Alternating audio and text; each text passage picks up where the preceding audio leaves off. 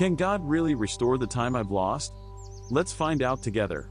The concept of lost time is something that I think many of us can relate to. We've all been in situations where we feel like we've wasted time, made mistakes, or simply didn't make the most of the opportunities that were presented to us.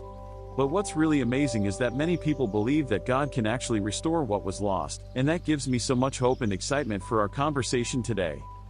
When we think about lost opportunities, it's easy to get caught up in feelings of regret and disappointment.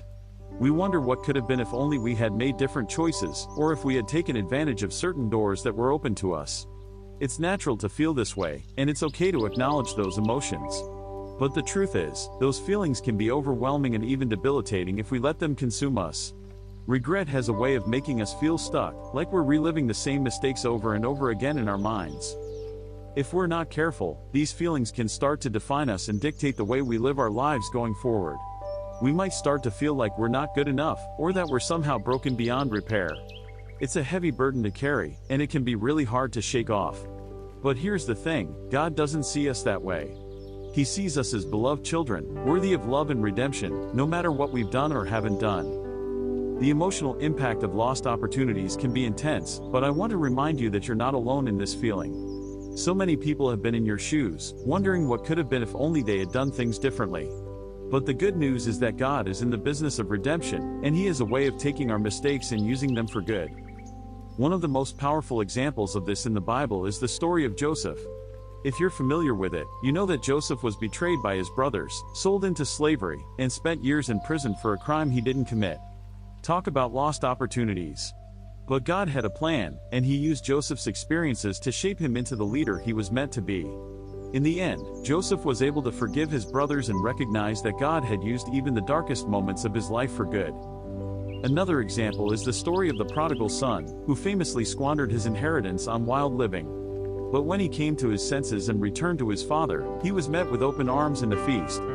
The father didn't lecture him or make him feel ashamed, he simply welcomed him home and celebrated his return.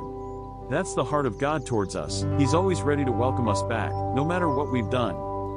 In Psalm 138, David writes, "You have given me the heritage of those who fear your name."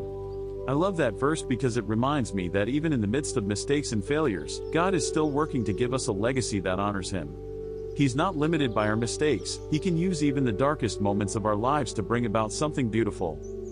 I want to share a powerful testimony with you that illustrates this so well. A friend of mine was involved in a severe car accident when she was in her early 20s.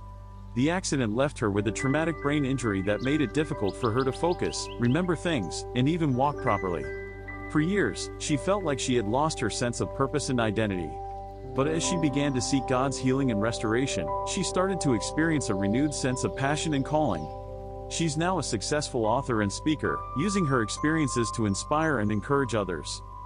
What I love about her story is that it's not just about healing from the physical injury, it's about the spiritual restoration that took place.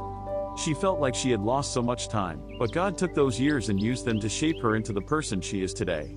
It's an incredible reminder that God can take even the darkest seasons of our lives and use them for good.